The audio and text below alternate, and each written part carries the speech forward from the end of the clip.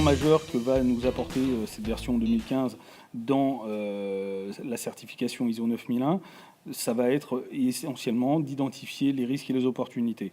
Dans le déménagement, on a un réseau aujourd'hui qui sont des gens qui sont des hommes de terrain et qui vivent beaucoup au jour le jour, qui ont énormément de mal à se projeter.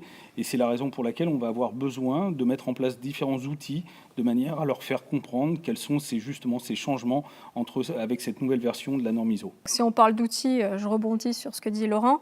Donc en fait, en outils, on part d'une page blanche puisqu'en fait, sur la version, donc certes, on est certifié version 2008. Sur la version 2015, on a fait appel donc en fait à l'AFNOR. L'AFNOR, pourquoi? Parce que d'une part, je pense que c'est la plus compétente pour répondre à nos besoins. Donc en fait, lors de notre dernier audit de suivi, on a fait un focus sur la version 2015 au niveau du siège et au niveau de notre agence pilote pour justement identifier les principaux écarts et du coup définir notre ligne de travail.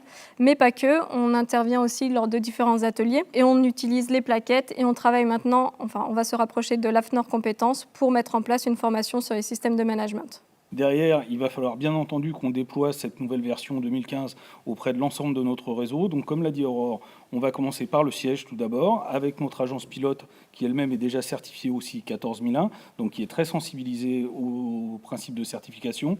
Et derrière, une fois qu'on maîtrisera tous les aspects de cette nouvelle version, on déploiera auprès de l'ensemble du réseau avec l'accompagnement quotidien qu'Aurore peut leur prodiguer.